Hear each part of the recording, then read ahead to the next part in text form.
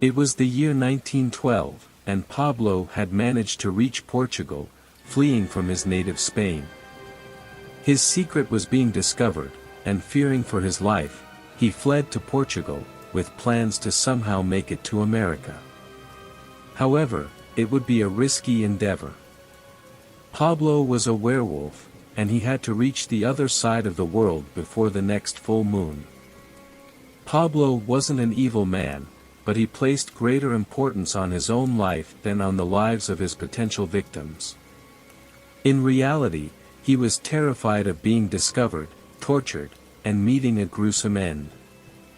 With the help of his brother, he would board a ship bound for Brazil, a perilous journey that would take around 30 days. Any trouble on the way could end in carnage.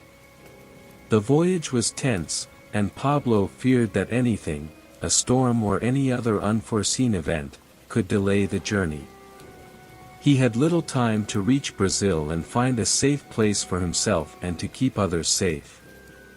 The chosen location was Manaus, the capital of Amazonas, which was experiencing tremendous growth due to the rubber boom, attracting many immigrants in search of employment and a better life. Pablo had managed to secure a recommendation letter to work on a farm near the capital, where he could hide and protect himself from his hunters. Upon reaching the farm, disappointment awaited him. He wouldn't have a house to live in but would instead share a large shed with other people. Fear began to grip him as he hadn't found a place to chain himself or hide. On the first night, exhausted, he sat with other co-workers around a campfire. Even though he had some difficulty understanding the language, he managed to grasp that they were talking about supernatural things, legendary beings that inhabited the forests. He thought to himself, "But I am real." However, time was running out, and Pablo couldn't find a place to restrain himself. The other workers were beginning to notice Pablo walking back and forth, seeming like he had lost something, but only he knew what was about to happen. After the work was done, Pablo waited for the workers to fall asleep and headed into the woods. He would attempt to chain himself to a tree and hope that the creature wouldn't attract people. After walking kilometers into the forest, he found a tree with a substantial trunk that he could use to chain himself. However, his nervousness only grew as he realized the moon was rising in the sky, and he couldn't manage to chain himself. His body began to burn, a sensation he was all too familiar with, but it was unbearable. It felt as if his skin and bones were tearing from the inside out. In a little more than 15 minutes, Pablo was no longer there, but a terrifying creature, surveying the surroundings and feeling confused, before darting into the woods. The next morning, Pablo woke up completely naked and, to his despair, was near the farm. He rushed to his space and quickly dressed to blend in with the other workers. Pepe, another Spanish man working there, asked Pablo if he hadn't been scared of what happened during the night.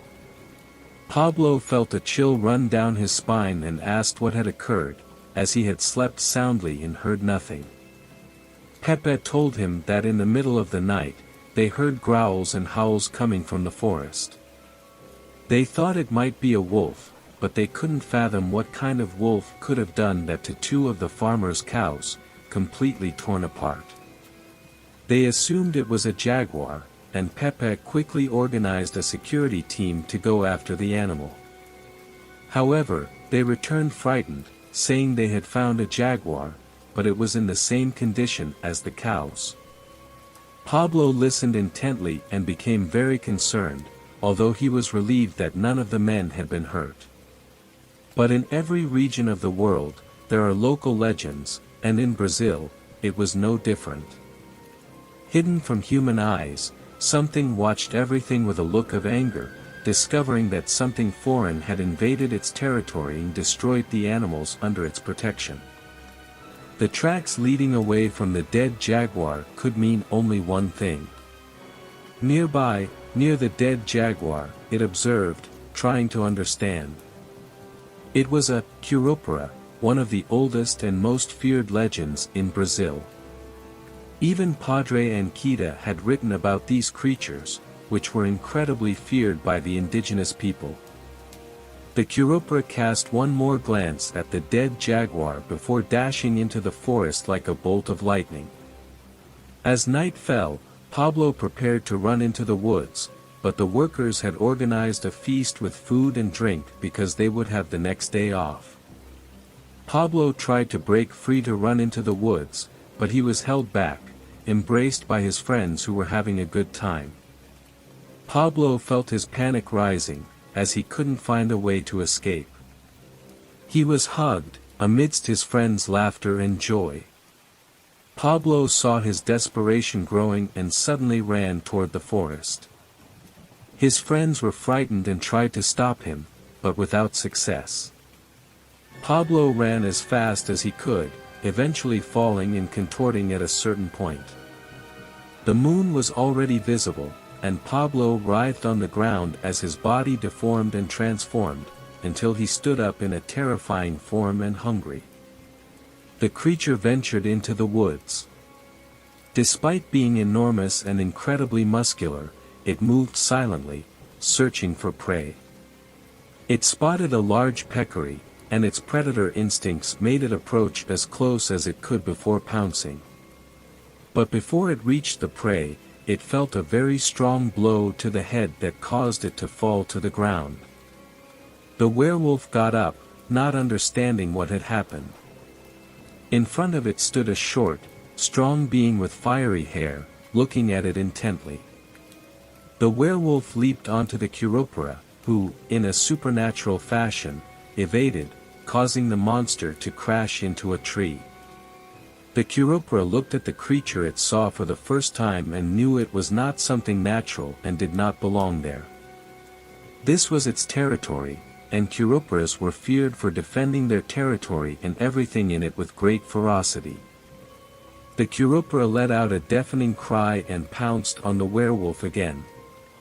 The werewolf growled with incredible ferocity, attracting the attention of the workers who had gone in search along with the farmer's security team.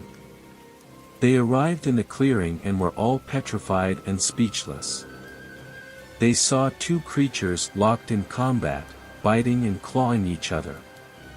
Despite the significant difference in size, the Curupira was incredibly strong and quick, having already gouged out one of the werewolf's eyes with a single blow of its hands.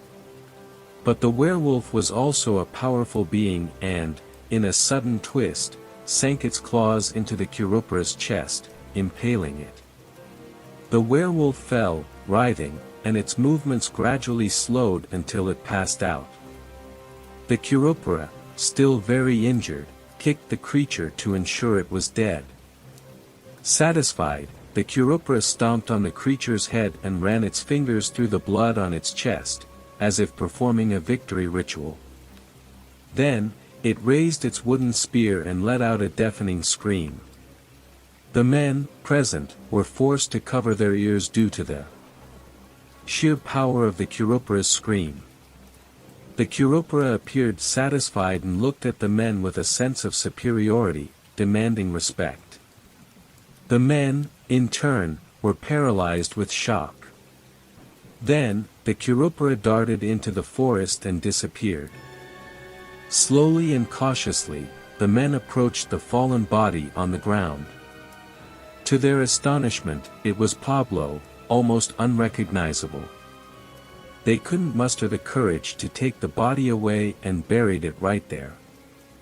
This story was passed down among the local population for many years. While many did not believe it, the elders knew better. Unfortunately, over the years, as cities grew and the old generation passed away, this story became buried in the depths of the forest.